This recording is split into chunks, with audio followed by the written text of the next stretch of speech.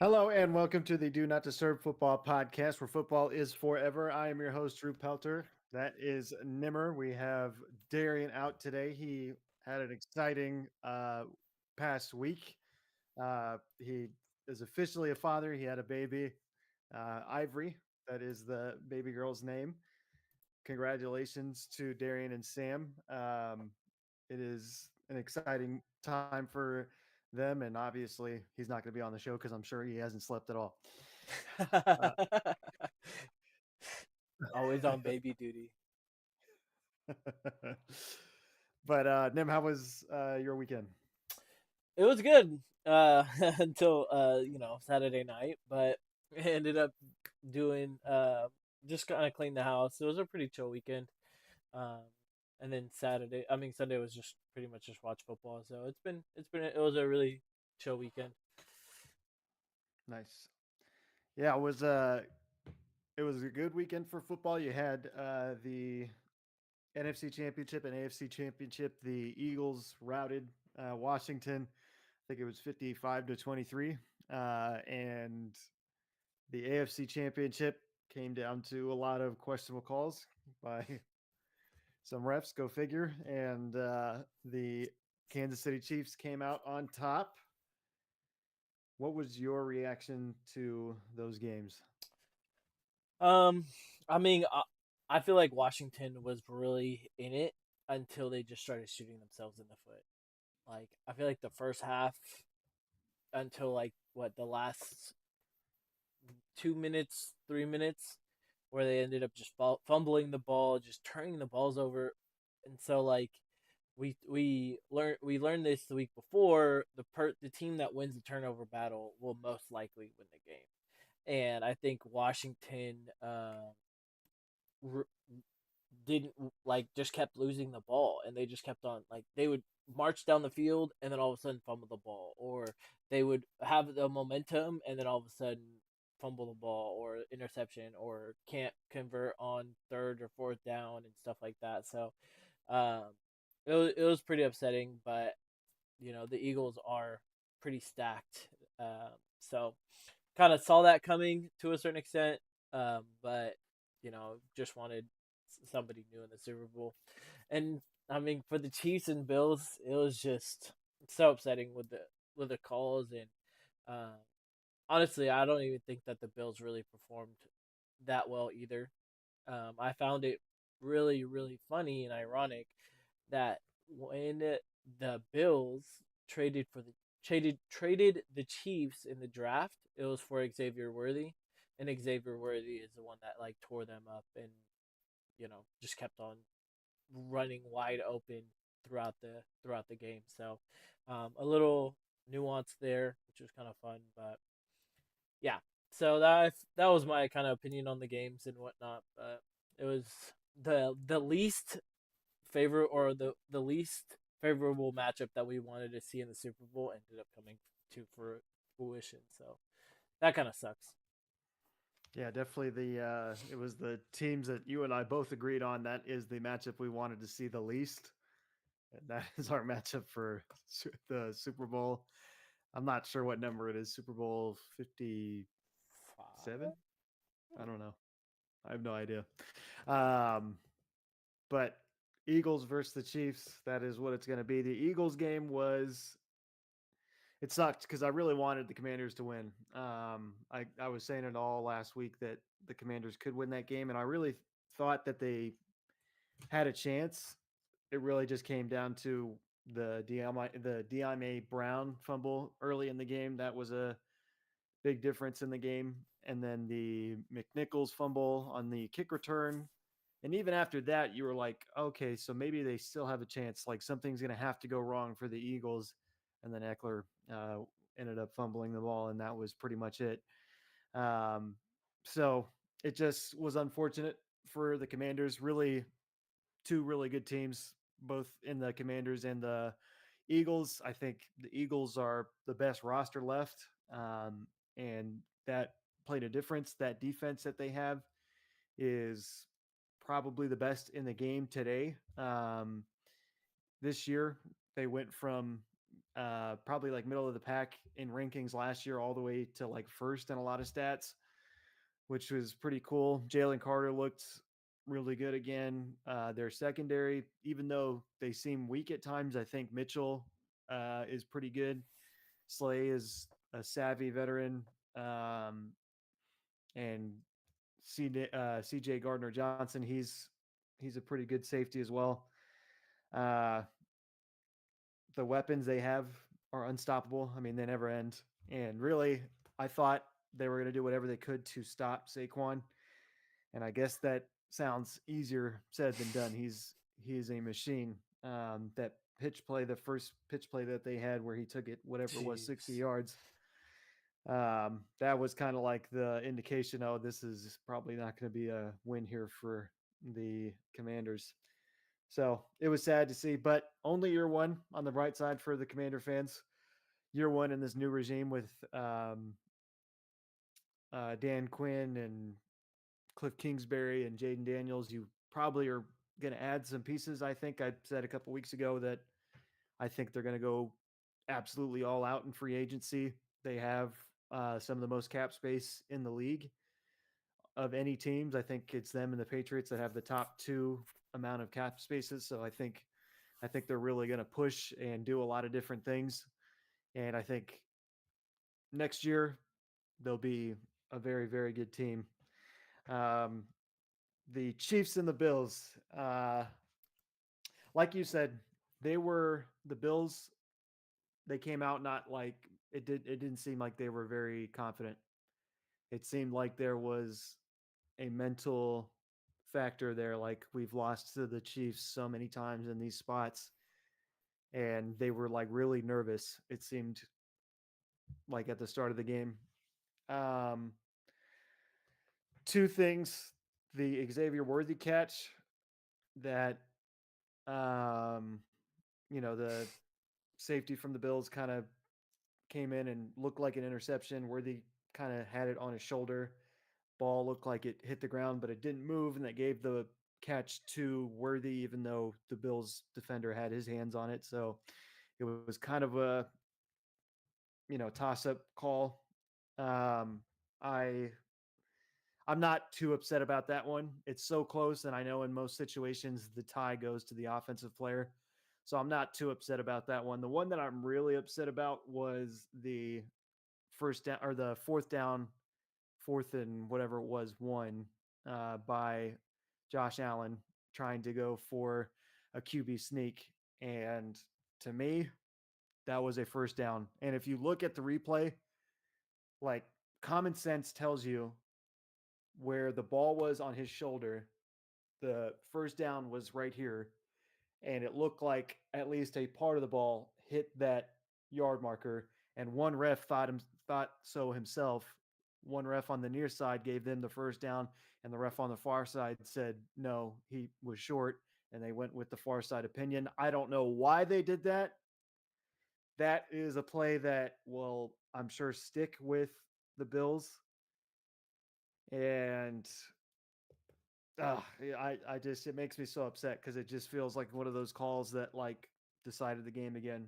And like a lot of people I've heard say like, well, Tom Brady and the Patriots, they got a lot of calls. And I'm like, yeah, but I don't remember 19 games in a row Mm-hmm. where there's like a call that decides the game. Like we're talking about 19 straight games this entire season. There was some call in the game where you looked at the Chiefs and you were like, did they get the right call here? Or is this, you know, just a bad job by the refs? We're talking 19 games in a row. That's way too many coincidences. Yeah, I mean, even like look at the Tuck rule. You know what I mean? And that was obviously before social media, so it kind of blew up. But like that was one call that completely changed the game. That was one. But imagine like something like that, but it happening every single week for a whole entire season. So it's not even just like one call in one game. It's literally the like you said, 19 games in a row where the Chiefs end up winning on a single call that completely changed the game. Like that's the thing. It's not even like I saw a bunch of these stats are starting to come out. Well, the Chiefs are always are get out penalized every single game and stuff like every playoff game. Blah, blah, blah, blah. I'm like, yeah, but I'm talking about at the fourth quarter with less than 2 minutes left. All of a sudden, they get the call where Yeah. everybody on the internet, everybody who actually knows an ounce of football, understands. All right, that was a first down. And then what happened to tie goes to the offense.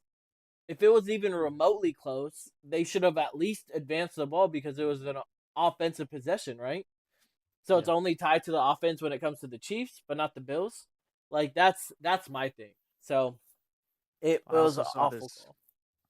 I also saw this replay where the play before that, I think it was Kincaid. It was either Yeah, Kincaid or Knox. I think it was Kincaid. it was Kincaid. He he got tackled, and they marked him down like a yard short of where he actually was. He probably was either inches away from the first down or got the first down, but they gave him a bad spot, and then the Bills go for it on 4th and 1, and they don't get it. I mean, Mm-hmm. Yeah. I will say I kind of hated all the play calling from the Bills like the entire game.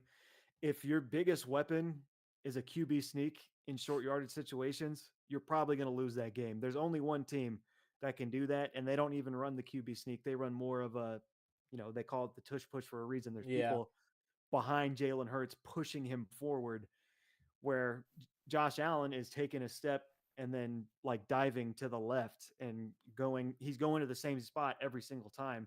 They stopped it in the red zone, and then they kept running it. They ran it like 2 or 3 more times after that. And I'm like, if you're getting stopped in the red zone, like the most important part of the field, you can't get into the end zone on 4th and 1. Like, why would you? I'm sorry, it was a 2 point conversion. Why would you Mm-hmm. do that? Why would you do that again? Like, that's what I don't understand. Why would you keep going back to that play when you can't even do that to get into the end zone? Yeah. Yeah, and going back to the Kincaid play, like the coach should have challenged it. Yeah. Like they literally got two first downs in a row, but they should have challenged that in the third down. Like you obviously saw it, unless something upstairs was like, no, don't challenge it or whatever the case may be, or they probably thought, oh, it's okay, we'll just convert it on fourth down. But like, yeah, I don't know. And even that, like, come on, you're gonna do a tush push, like 4th and 1, you're gonna do a tush push, and you can't get 1 yard. Like you have arguably one of the best running quarterbacks in the league right now, and you're doing a tush push. You couldn't have created like a sweep or something. I don't know. It's just like Something. it's just so even like and then what happened to the whole running like their running game was obsolete. They Yeah. barely gave it to Cook. It felt like I feel like they threw it a lot more than rushing. Like, They kept taking Cook out too, and I was like, yeah. why are you taking Cook out? He's the one that's like providing you the most offense right now. Hmm. So yeah, it was. That was the thing. It's like there's so many different angles and all this other type of stuff, but I do have to say the Chiefs did look good. It Yeah. wasn't like the Chiefs played bad and then they got and then so did the Yeah. Bill. Like at least the Chiefs. That's my only really defense. At least the Chiefs played well and they didn't like play awful and then somehow win. Like that would have been a lot worse. I feel like. Yeah. Yeah, it's crazy that they're back in the Super Bowl, going for that three-peat. We will talk more about that next week. We don't want to get too much into it because we won't have anything to talk about next week. Uh, let's move on to the new hires. So there was new hires everywhere, all over this weekend. You had Pete Carroll hired in Vegas as the head coach, making him the oldest head coach in the league at 74 years old. Aaron Glenn was hired in New York as the Jets head coach, which I think we said that last week. But uh, Liam Cohen was hired in Jacksonville. If you saw his presser where he said Duval, that's been all over the place, and I'm sure he regrets doing that completely. But you also had Brian Schottenheimer hired in Dallas. Robert Sala, he returns to the Niners as a defensive coordinator, and Matt Eberflus was just hired as the Cowboys defensive coordinator today. Nim, what do you think of these hires, and who had the best opening press conference? Honestly, I'm pretty disappointed in there. I feel like there's just so many there are so many better candidates within different specific roles that, in my opinion, that I it's there's a lot of the things I don't really agree with. But the best press conference I think was Pete Carroll, because when Marshawn Lynch came and started yelling Raiders, Yeah. that was my favorite part. So yeah, for the new hires, I mean, honestly, I really don't see any of these coaches being the next Dan Quinn or who's Texans coach, uh, D'Amico D'Amico Ryan's. Ryan's. You know, I don't see any of them doing that. Maybe Salah, just because he already knows that defense, knows a lot of the same personnel. So I could definitely see like the Niners defense being what they were before. I feel like that's my favorite hire. Even though I kind of wish he was more of a in the head coaching role, but uh, I think that he's a great defensive coordinator. So if I had to choose, that probably would be my favorite hire. What were you What were you meaning by you would like other candidates? So Who are like they if I would probably put Robert Sala maybe with the Cowboys as a head coach? as a head coach, uh, or even honestly even like the Raiders. I really don't like Pete Carroll as the Raiders. I feel like as a Raiders head coach, you need some type of. I guess now they're in Vegas, so it's going to be a little bit different, like the atmosphere and actually being a Raider. But so like his personality just doesn't match like the Raider way type of thing. Um, and then I do like Brian Flores, uh, that hire too, but yeah, I don't know. It was just Brian like Flores. just very random, like Eberflus going to the Cowboys. Like I don't know, it's weird. You said Brian Flores? Sorry, who's the Detroit's defensive coordinator that got hired? Oh, Aaron Glenn. Aaron Glenn. I don't know why I thought that, but yeah, I meant Aaron Glenn. Yeah, that name came out of nowhere. Uh, so I don't know. What are your thoughts? Yeah. I actually like Pete Carroll in Vegas. He is, from what you hear, he's very like repetitive.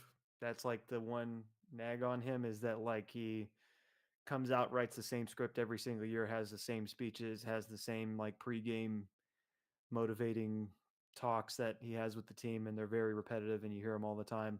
You hear the same stories, things like that. Which like guy's 74 years old. I kind of figured that that's kind of what's going on. But um, he's a very stable coach. I think he knows what he's doing, especially on the defensive side. That is kind of something that's overlooked by Pete Carroll because he really is a defensive guy. And I think a lot of people, when they think about him, they think about Russell Wilson and they think about like the offenses they saw at USC. But really, he was always the voice behind the defense. And the Raiders have kind of struggled with defense. You're going to have to find a quarterback in Las Vegas. Like, I don't really know what you're going to do there because I don't think any of the guys you have in the building right now are going to be very good.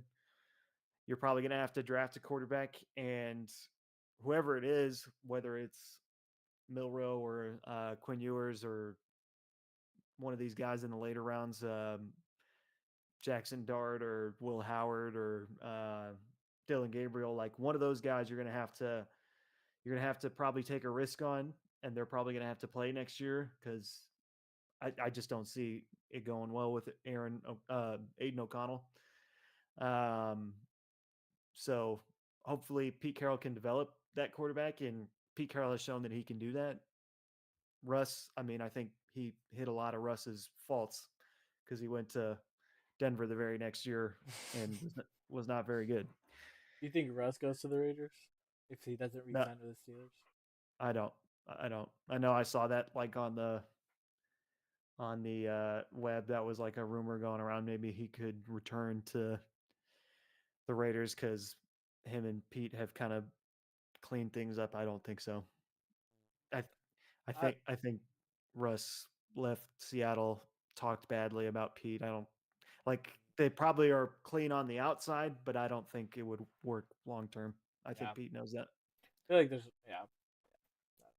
it would be kind of funny though. It would be kind of cool. I don't Oh, think it's gonna happen, but it would be kind I'd love to have the Broncos beat his ass every of single year. funny. I would love that. Come on to the Raiders. Yeah. Nothing I would love more than to see Russ in a Raider uniform. Honestly. Aaron Glenn, I liked his presser. I thought if I had to pick one, that was the one that I liked the most, even though it was a little Mm. preachy. But I liked the toughness he brought. I liked the fact that he played for the Jets back in the day. Crazy stat I heard he was actually drafted by Pete Carroll for, on the Jets when Pete Carroll was the head coach there. So Wow. shows you how long Pete Carroll's been around. Uh, the other guys though, like Liam Cohen, I'm gonna assume that's just a vacation in Jacksonville. That's not gonna last very long. And Brian Schottenheimer, we'll talk about him here in a little bit. I don't want to get too much into that. I love actually the defensive coordinators that were hired. Matt Eberflus for the Cowboys. He's going to be looked at as like, oh, he's the guy that didn't call that timeout against uh, the Lions and they lost the game. Like that's kind of going to stick into people's head. But if you think about when he was a defensive coordinator for the Colts, they were a very, very good defense. And like now, look at their defense. They haven't been very good since he was there. And with the Bears, he this past year was top 5 in a lot of defensive categories. So he's a very, very good defensive guy. I think he's a better coordinator than he is a coach. And then Saleh with the Niners, I love that move. I actually think there's a chance next year. It seemed kind of like the Lions and the Niners They traded places this year. I think that's going to shift back. The Lions will drop and Niners will be better next year. 2017, that was when Saleh was with the Niners. In defensive categories, they were third in passing yards allowed, fourth in total defense, and sixth with rush yards per play. So they allowed just over 4 yards a carry. Oh, So that was a really, really good year. And he was good for the remaining years he was there. I think he was there from 2017 to 2021 or 2022, something like that. And he was really good all all those seasons, and he was good with the Jets as a defensive guy, even though he was the head coach. So I really like that. I really like that hire. I think that was an A+ hire by the Niners. yeah, definitely. Let's get into the Pro Bowl snubs and dubs. So we saw some interesting news today. I wasn't even aware of it until Nimmer texted the group chat, but Russell Wilson was picked as the replacement quarterback. I'm sure that's for Josh Allen or Mahomes or Oh yeah, it's for Josh Allen. com- combination of like the guys that are playing now in the late season. And they also picked Drake May. So those are the replacements. You also have Joe Burrow in there. Joe Burrow obviously deserves it. But we have some of the guys that are notable on here. The replacements are in yellow, and the starters from the early voting are the guys in white. Who do you think were the dubs, and who do you think were the snubs? I think the Dubs definitely for the AFC side, definitely Joe Burrow. Joe Mixon had a hell of a year. Even James Cook getting replaced or replacing Derrick Henry, I think that was a dub too. Jamar Chase, and then Brian Thomas Jr. replacing Zay Flowers. I think Brian Thomas Jr. also had a really good. So those are the dubs for the AFC. Um, I think the NFC pretty. I like the NFC. Uh, I think most of them, I would say all of them for the NFC are pretty much dubs. Uh, except maybe not Jackson Smith. But I'm trying to think of who else I would put instead of Jackson. Um, AJ Brown. I guess he's playing still. yeah, that's what I was thinking. So I mean, if I have to think CD about Lamb. it, huh? CD Lamb. He missed some time though. No, so he was actually in the Pro Bowl, but he got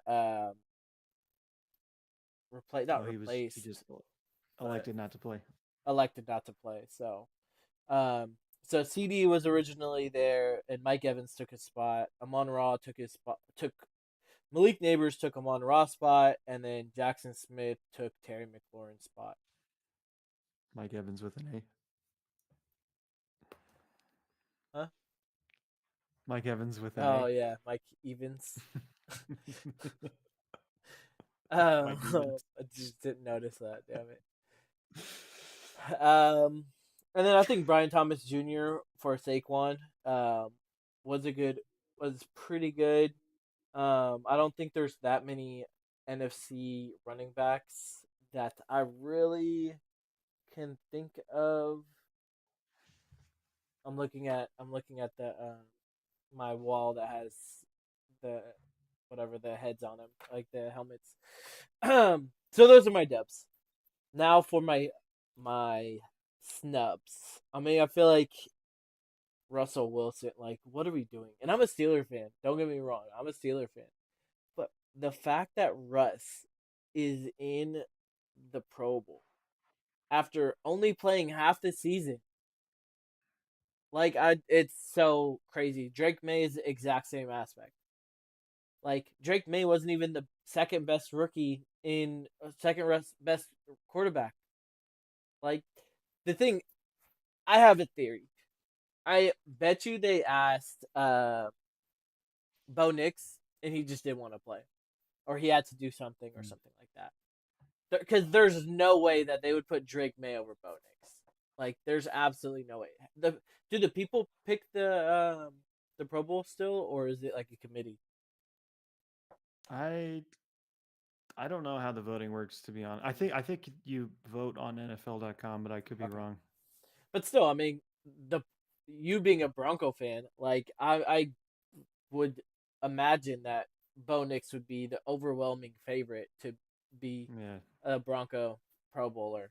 Um, and then Nico Collins was another one where I'm like, I I'm not mad that he's in it, but like I feel like there could have been someone else, like What about Jerry Judy?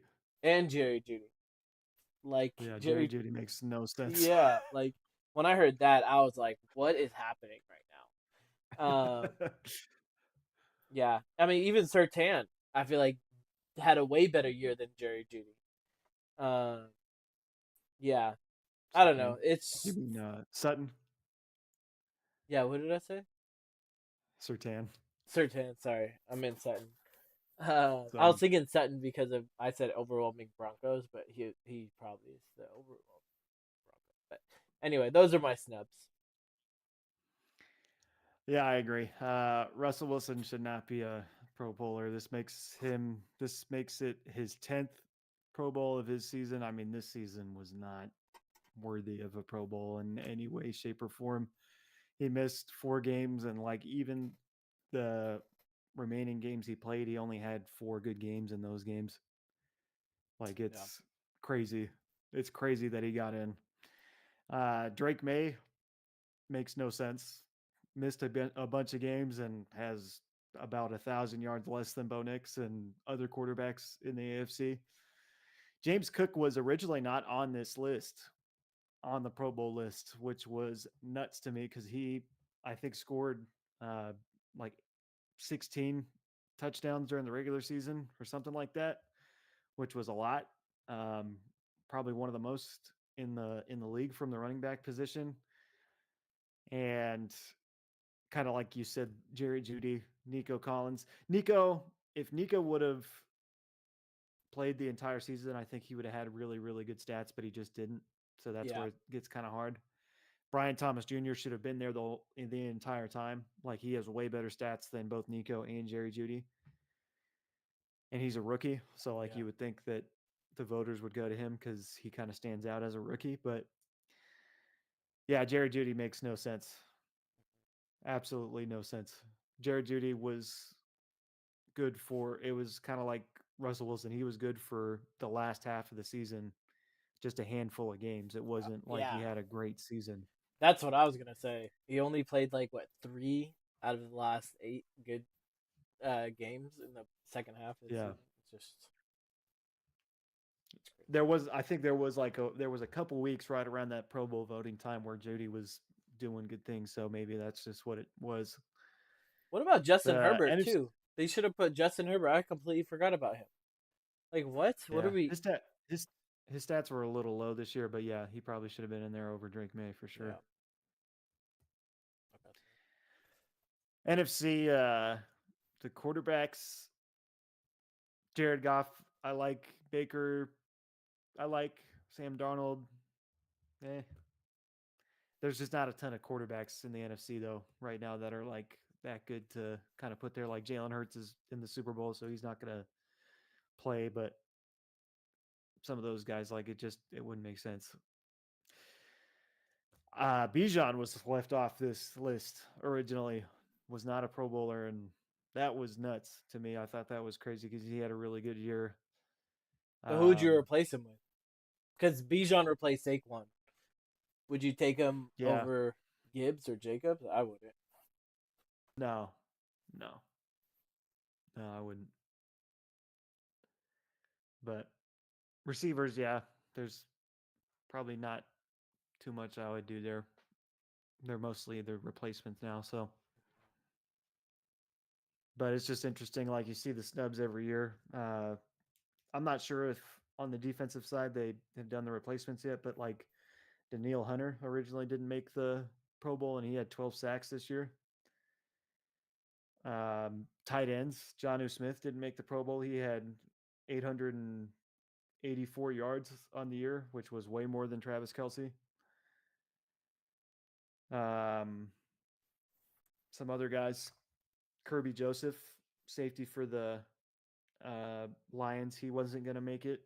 Um, it's just crazy. Like you look at the names and you're like, how are these guys left off of the Mhm. Pro Bowl? You say that every year. I feel like.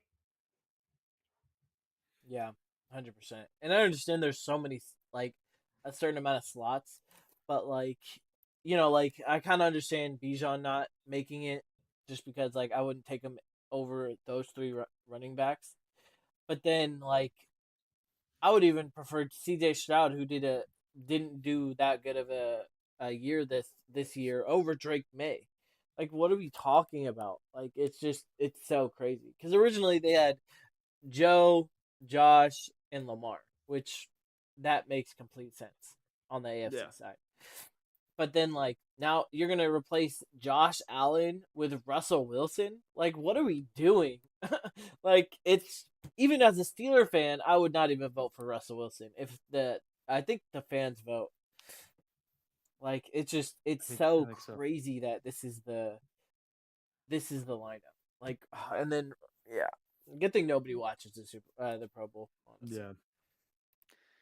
Yeah. I mean, if you want to watch Russell Wilson play some flag football, be my guest. yeah, training for the Olympics, Um, I'm not watching that. So, definitely and I think it's next week, next like this weekend. Yeah, I it's don't know. this weekend. It's this Sunday.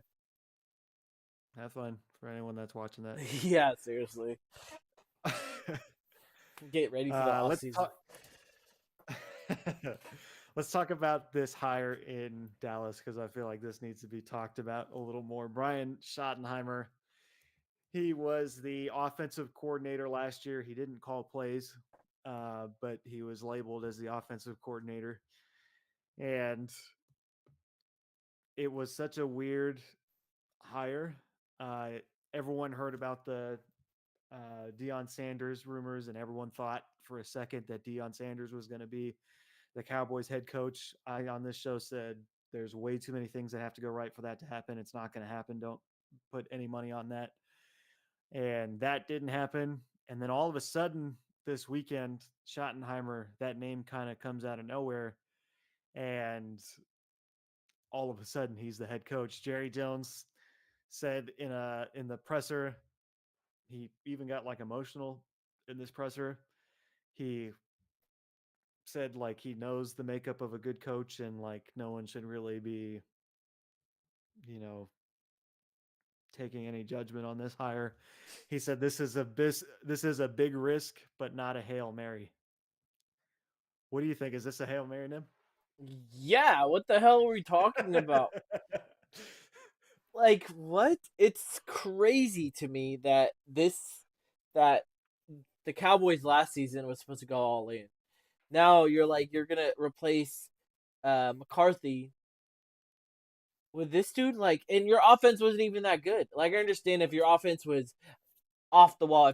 If the Cowboys' offense was the Bengals' offense, I 100% understand. But their offense was crap. Like, their offense sucked so bad. Oh, well, they didn't have Dak. It doesn't matter, though. With a good offensive coordinator and a good coach, you're just going to keep stacking the excuses? No. It's not. He got emotional because he knows that they're going to suck the next year. Yeah, It's insane. definitely. It's one of the stupidest things that he could have done. All of the, like I said, Robert Saleh over this dude. Like, you need somebody new in that room, in that building. But you're just gonna pick your offensive coordinator, like, I don't know. It's crazy. And the coordinator that didn't call plays. That's Yeah, like the part that gets me the most. I'm like, how are you going to hire him as the head coach if he didn't even call plays? But yeah, this is a Hail Mary to me. Schottenheimer's been around the league for some time now. Um, I think he was like a name that was being talked about in a coaching cycle like a long time ago, like over 10 years ago. And he didn't get hired as a head coach, and now he is the head coach for the Dallas Cowboys. I don't know who's making the decisions in Dallas anymore. I don't know if it's like a collaboration where Stephen Jones and Jerry Jones and like the rest of the Jones family talk about like what they're gonna do, and then Jerry Jones like puts his fist down and he's like, "Yep, we're gonna go with Brian Schottenheimer," and then he hires, or like I don't know if like Stephen Jones is calling the shots. Whoever is calling it, I would imagine it's Jerry. Whoever is calling the shots, you look at these like decisions they've made the past couple of years. Right now, Brian Schottenheimer being your head coach, like if this pays off and he's a good coach, like Jerry Jones, you're a genius. But I'm gonna guess this is not gonna go well. The decision to pretty much not address the running back situation coming into this year and roll with Rico Dowdle was a problem. Uh, Signing Dak to a massive contract the year before that was a mistake. Having all these contracts line up where Dak was up and now you have Micah and CD up and Deron Bland up, like that was not a good decision. It seems like it's like they're playing Madden or something. And it's like you're in the franchise mode in Madden and you know you're going to get bored after like the first year. So you're just trying to put all your chips in the table. And then like the next year, you just quit the game and you lose every single game. mm-hmm. Or like the user's not there. Like the game is like, you get that message on the screen that says like controller one is disconnected. That's what's going on with the Cowboys right now. Yeah. I think you hit it on the nail when you said it was probably. I feel like the decision was just more of an impulse decision. Like, you're out of all the people that you interviewed, then you're this is the person. I mean, I'm sure you killed the interview and stuff, but like, I mean, if I would have took either of the Lions coordinators, like, you're gonna bring on somebody who where you're it was last year was an embarrassment for the Cowboys, a complete embarrassment for the organization, not the players, but the organization as a whole in the upper management, I should say. It was a complete embarrassment. So, in order to redeem yourself, you bring on somebody, even like a high name person or somebody that's hot right now. Like I even understand that, but then you're gonna just like I don't know. It's it's insane. They were saying maybe Kellen Moore was going to be the coach, Hmm, which he was the coordinator for Dallas a couple years ago, and they fired him. And I was kind of wondering, like, how are you going to bring him back as the head coach? that would be But funny. but they ended up going with Schottenheimer. I guess like maybe we're all wrong. Maybe we're Yeah. reading this completely wrong, and Schottenheimer's going to be really good. I'm going to assume by the way that the year ended this year and this hire, Dallas Cowboy fans, you are in for a long ride here. I think it's going to be a bad couple of years for you. And I'm Definitely. interested to see like the the players' reactions to this. Like if anyone requests a trade, Mm. because there's I don't know. I would assume there's some players on the team that don't like this decision. Oh, yeah, I guarantee at least a lot of the players don't like this decision. So I Like wonder if do you think he's gonna call plays now that he's the head coach? I I don't know. I mean, I'm assuming not. If he didn't call plays last year, maybe the Cowboys try to go get like I don't even know. I don't even know who you would bring in like Chip Kelly. Yeah. Like I don't even know who you would bring in to call plays. Where is Chip I w Kelly? He's at Ohio State, Oh, that's right. but yeah, I don't know what they're gonna do. It doesn't seem like a very smart decision, and I'm like if I'm a Cowboy fan, I am terrified right now of like what's about to come. Definitely. And it all starts to me. It all starts with giving Dak that massive contract. Yeah. Yeah. And especially because like it's one thing if it was this season, you know what I mean? But like when he got hired, like cuz this in the off season there's not really that many big names in the quarterback position. So if he was going into free agency, he would have been right then and there. You know what I mean? But it's yeah, I don't know. It's And I definitely wonder, not the go ahead. I want like you wouldn't think this is how they're thinking, but I wonder if they're looking at Washington and Philadelphia in their division, and they're like, well, we're probably not competing next year. Let's be honest. And Maybe maybe this is just a tanking year for the Cowboys, and they try to get Arch Manning or something. hmm, that could be a possibility. But then like when you want a coach to implement a culture for Yeah, at least 4 or 5 years, you know what I mean? Like that's the thing. It's this is talk about vacationing. You know what I mean? Like he's gonna have 1 or 2 seasons and just be completely out if he doesn't do well.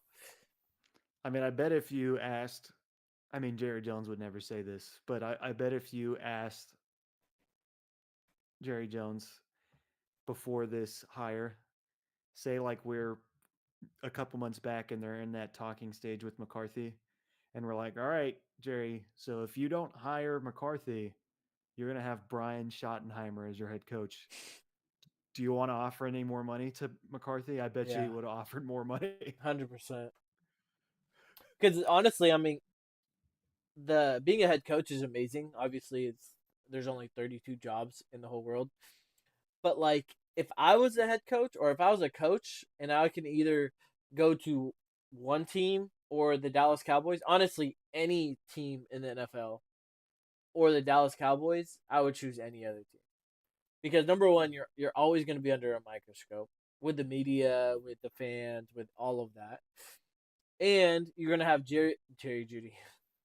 You're going to have Jerry Jerry Jones. Jones Jerry Jones on down your neck if you lose. And all the distractions on all this type of stuff. Like, yeah, if you win as a Dallas Cowboy head coach, you're famous. You never have to ever work ever again. But if you lose, like you have all these factors that you have to overcome in order to win. It's crazy. It's just weird because like I feel like for a good stretch there they were drafting really well, like drafting really good players. They had Micah Parsons and CD.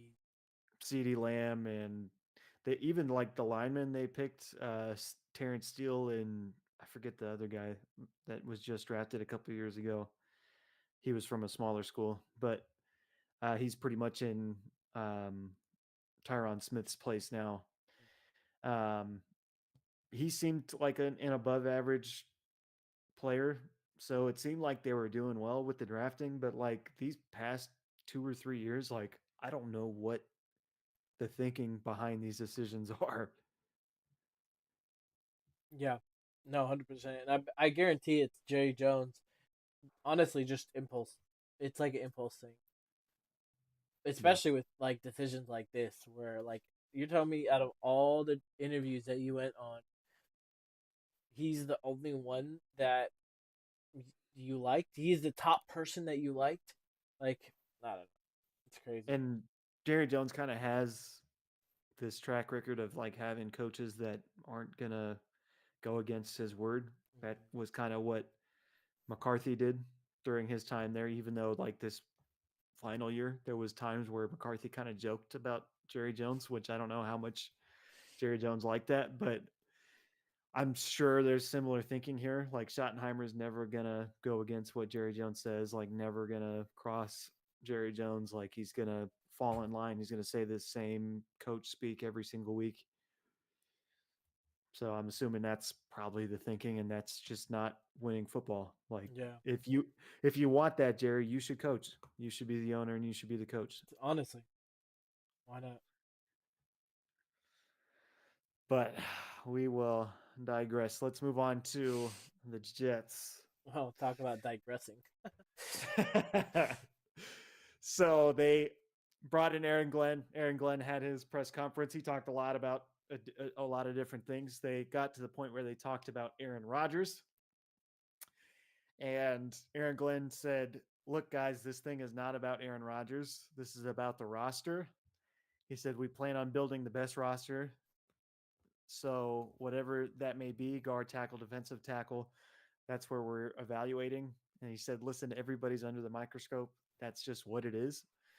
They are in a little bit of a predicament here because, from what I hear, Aaron Glenn and Aaron Rodgers have a liking for each other. They text each other. Um, and it seems like Aaron Glenn wants to roll with Rodgers. Hmm. Uh, Here's the problem. If you, this is what I'm sure they're stuck with. I'm sure this is what Woody Allen and Aaron Glenn are discussing probably right at this moment.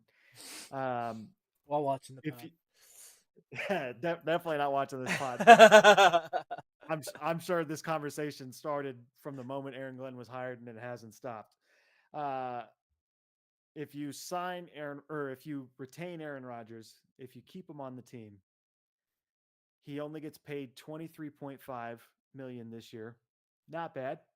Yeah. But next year, when his contract is still going, you take a $63 million cap hit. And if you cut him today, you take a $49 million cap hit. Mm, So either you're screwed immediately or you're screwed next year. That's pretty much where they're damn. at.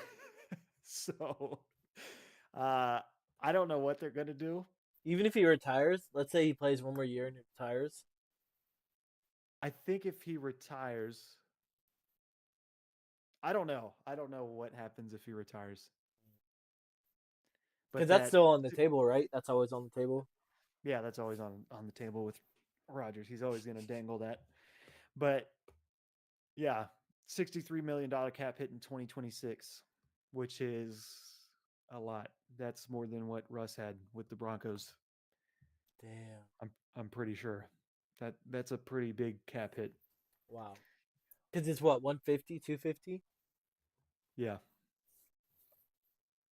So what do you think they do? How do you think they move forward here? I think they keep Rodgers. Because what's the alternative? Yeah. right? Like Yeah. there's no quarterbacks in free agency unless they bring Russ, which would be even worse. Like I'm trying to think of who the top quarterback in free agency is. Sam Darnold. They bring him back, Yeah. right? I No, mean, I I don't would think you would. I don't think no, you would. But 100% no. yeah. But I'm thinking of like the top quarterbacks where they can actually go and get so, and then you can draft a quarterback, but then I don't think the draft class is that spectacular for quarterbacks. So I think you just stick with the Rodgers and just run it back one more year. Yeah. If I was a GM, that's what I would do. I'd be like, listen, this is at least have him earn that 63 that you're gonna take cap. You know what I mean? Like at least maybe he'll make the playoffs and do good and all this other type of stuff. But yeah, I don't know. I just don't know like who's gonna stay because you have some of these guys that are about to hit free agency, and I would Mhm. imagine no one wants to come back to the Jets unless they're enamored with Aaron Glenn, which I like Aaron Glenn. I think Aaron Glenn's Yeah. going to be a good coach, but I do think the cards are stacked against him with these numbers Hmm. based off of Rodgers' contract. Like that isn't the best start for a coach. Yeah. No, 100%. That's tough. I mean, but you're going into the Jets, which that was a dumpster fire organization in general, so you can't really expect Yeah. too much. Like If he flowers can, at the door. if Aaron Glenn can show that he can fight and like make this team competitive, then I think you keep him. I just fear like with this amount of cap space that's going to be taking that big of a hit, like you're going to have to recover from that. Hmm. There's going to be a lot of players in free agency you won't be able to even talk to because you won't be able to afford them. Hmm. So like that's going to have a massive um, effect on the roster and the way the roster is built. Yeah, no, 100%. Yeah, but I don't know. But That's what would you do? You'd keep him, right? yeah, yeah, I think I would keep Rodgers, take that $63 million cap hit the following year. That's a lot, but I'm going to assume that the Jets will keep Rodgers, and I think they are going to be the team that reaches for Jalen Milroe in this draft. Mm. And you try to have Jalen Milroe kind of learn the ropes from Rodgers, and I think Rodgers, I think he will actually teach Milroe some things. You can't really teach him a whole lot because him and Milroe are completely different. But you can kind of teach him, how to operate in the league, how to come into work every day, how to work, stuff like Yeah. that. I mean, you're still a quarterback though. Like you're doing reads and doing all that type of stuff. Like Yeah, stuff like that. Yeah, that, I could definitely see happening. yeah. But I do. I think there's going to be. I'm pretty sure Reader on the defense. He already said like I'm not coming back. So like there's going to be pieces all over. C.J. Mosley. There's a chance he retires. Yeah. He's an older guy. But honestly, I'm Tyron not. Smith. I'm not really worried about the defense. It's more the offense that I'm worried about. Yeah, I agree. Like think about what Glenn did with Detroit's defense. They're Yeah, literally so hurt at the end. I mean, actually, in the playoffs they didn't do well, but like actually, I feel like the defense didn't do bad. It was more the offense that really dropped the ball. So, and those were like no names, right? They like those were people that they just signed like 2 weeks ago. So I have faith in Glenn in that aspect, but yeah, it's just the and offense that I would be really worried about. I think they hired the. I don't remember his name, but the passing. Uh, I don't know what the title is. Passing scheme coordinator. I don't know for the Broncos. Ooh, So they just hired. I don't remember his name. It's one of those positions that's so niche. Like it's kind of hard to remember. But yeah, they hired him. He's a passing scheme coordinator. So interesting. he's the OC now for the Jets. So maybe he's good. Bo looked good. Yeah. Dan Schneider thought this was something to touch on. He made some comments ahead of that NFC Championship game. He reportedly hates watching the Washington Commanders and the success that they're having. What is your reaction to this? He didn't give uh, an opinion. I mean, a reason why. He just said, "I hate watching Commanders." I don't. I Let me see if I can find something. I didn't see a whole lot. I just saw that quote hates watching Washington. Let me see if I can find something. I feel like it's a flip. Like off the Washington's offense is so clean and crisp and just flows so nicely that it looks like great football. Like even Jaden Daniels, you would think that he would be like a scared little quarterback, especially he was like labeled a running quarterback and all this other type of stuff. Or like Lamar Jackson, they said he was going to be like Lamar Jackson his first year, which he just run, run, run, run, run. He looks so composed and comfortable in the pocket. He looks at specific looks for open receivers, hits them on the dot. His arms is more powerful than his legs. Like that offense is clicking. So I don't understand how anybody could hate watching the Commanders. That's I Yeah, so I just looked up and it was just a source, and the source, like an anonymous source, said he effing hates it, hates their success. wow. And Who is this again? Dan Snyder, he's the old owner Oh, for okay, the yeah, Commanders. that makes sense. I was like his name sounds familiar, but yeah, I mean Yeah. that makes sense. I would be pissed. Yeah. I mean, it sucks having to wake up every day and realize you're the problem. That is what I think Dan Snyder, that's probably what he's feeling. Or he's not. Maybe he's just one of those arrogant rich guys that like doesn't see that Mm-hmm. because he's just stupid. But um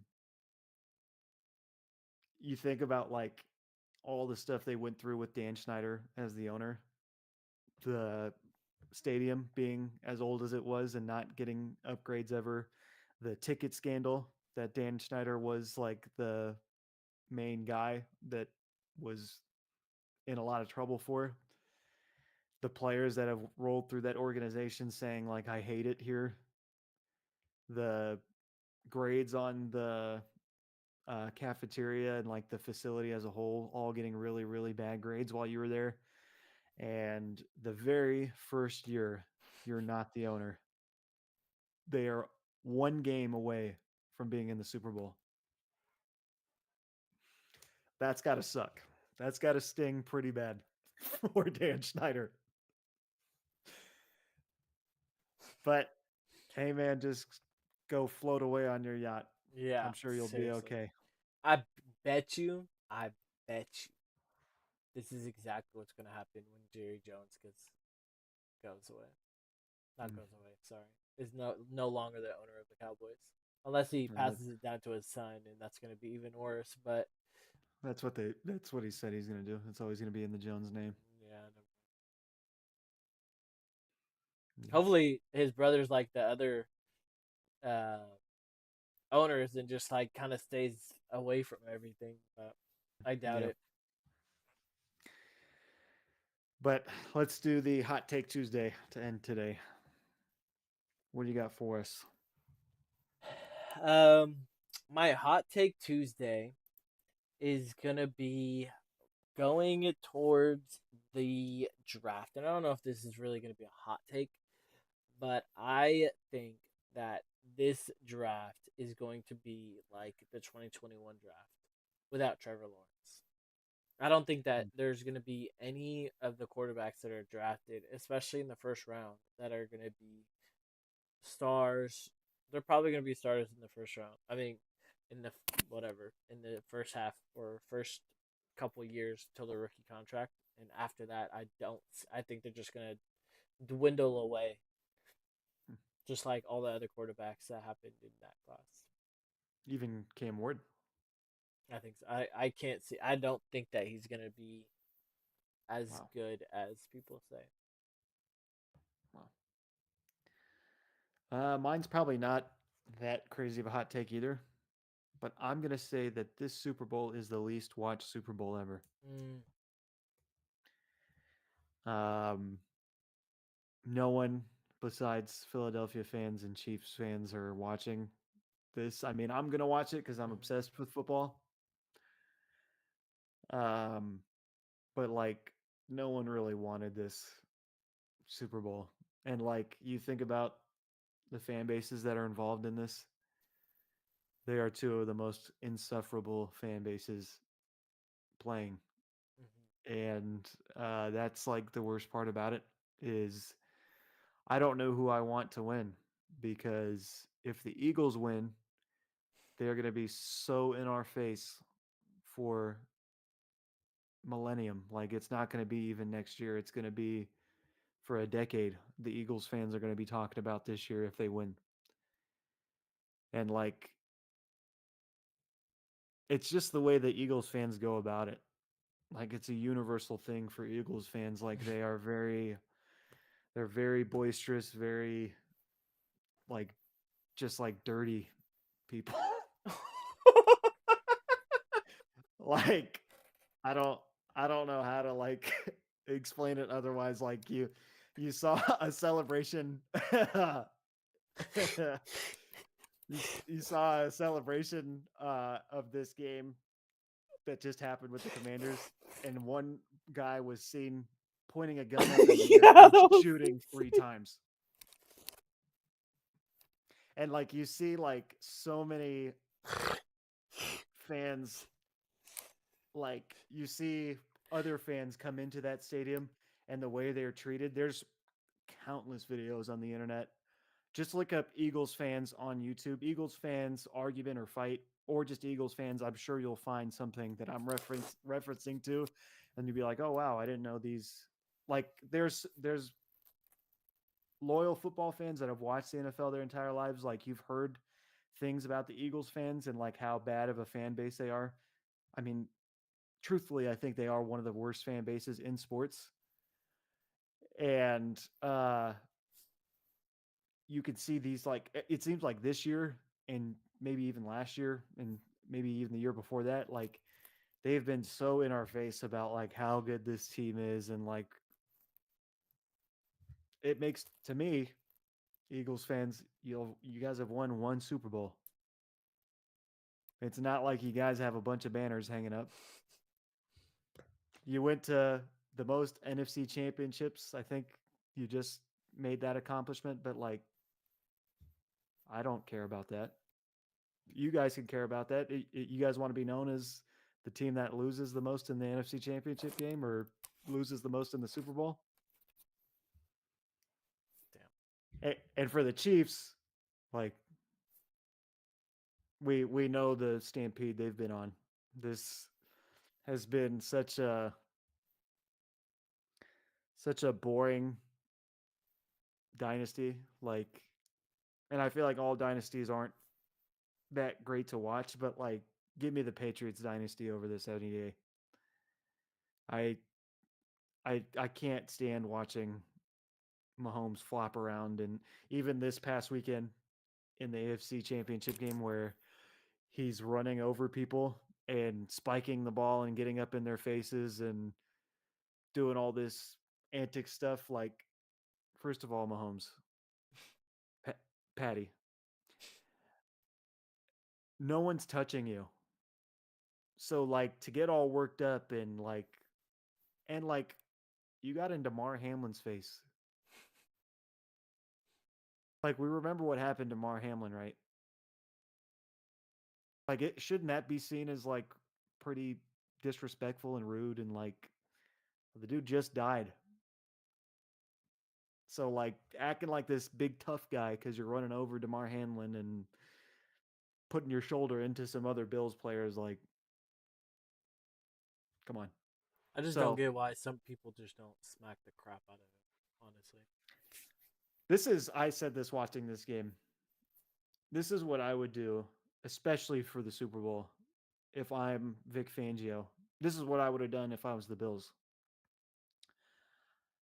I would have 2 players per quarter or per half, and I would put them in on certain plays. These are like backups, like 4 string guys, 3rd string guys that are like barely on the roster.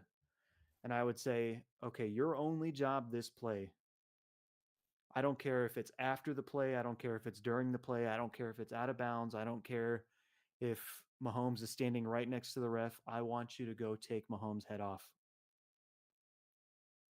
And you'll get ejected, and then we'll put the starter back in. That's what I would do. And you know, you got to be really quiet and secretive about it because then they're going to start talking about like the Bounty Gate stuff. And it's like, no, no, I just don't like Mahomes. So I'm going to put my backup in to hit him as hard as he can. Yeah. Well, and that's the thing. Like yeah, I don't know. It's just like literally this is the worst Super Bowl of all time. Of Yeah, all time. I agree. Number one, the teams are ass, right? Number two, Louisiana is going through like a huge snowstorm and is already going through it. So now they're gonna have a bunch of more random people in New Orleans. Number three, freaking Kendrick Lamar is there instead of freaking Little Wayne. I'm not watching halftime. I'm going. That's one. I'm not gonna boycott the Super Bowl because that's kind of dumb not watching the Super Bowl because we're football fans. You know, if you're a football fan, Yeah. you're gonna watch football even if it's a bad game. But that I refuse to watch. Absolutely not. Yeah. That so like that's 3 things that are like last year at least. Well, I wanted the Niners to win, but like at least you're kind of excited for Usher or excited for the Super Bowl. Super Bowl when they first played, I was excited for the Super Bowl because it was Kendrick Lamar again, Snoop Dogg. You know what I mean? Like you're actually excited for something, and then but now like there's literally nothing to be excited for. I'm just gonna. It's just like any other Sunday. Little Wayne would have been such a more memorable halftime show. 100%. Like it's they dropped the ball and that shit. It's just so frustrating. Like we live for moments like this. Like this is what makes us like come go to work, come home, excited about the weekend. Blah blah blah. I'm not gonna be excited for this shit. What the fuck? Yeah. Anyway, Yeah, I don't know. it's off. Just like it just sucks, man. I wanted something new. I wanted something different. So And who are you I gonna be feel like rooting for? Rooting I have for? I have no idea. I've been thinking about that. I'm like I don't really even care who wins. Mm-hmm. Like it's that bad on both sides that like if the Eagles won, like that's cool for them. They get their second Super Bowl. Jalen Hurts finally wins his first. That's cool for them. Like I would like to see Saquon win a Super Bowl. But outside of that, like that fan base is just so insufferable. I don't want to have to deal with that. And for the Chiefs, like I don't want to see them win 3 straight. They're the team in my division, like the Mm-hmm. Broncos division. Like I don't want Yeah. to see that. So I guess I'm going for the Eagles, but like I, I couldn't really care less. Mm-hmm. Yeah. No, I, I wish they both could lose.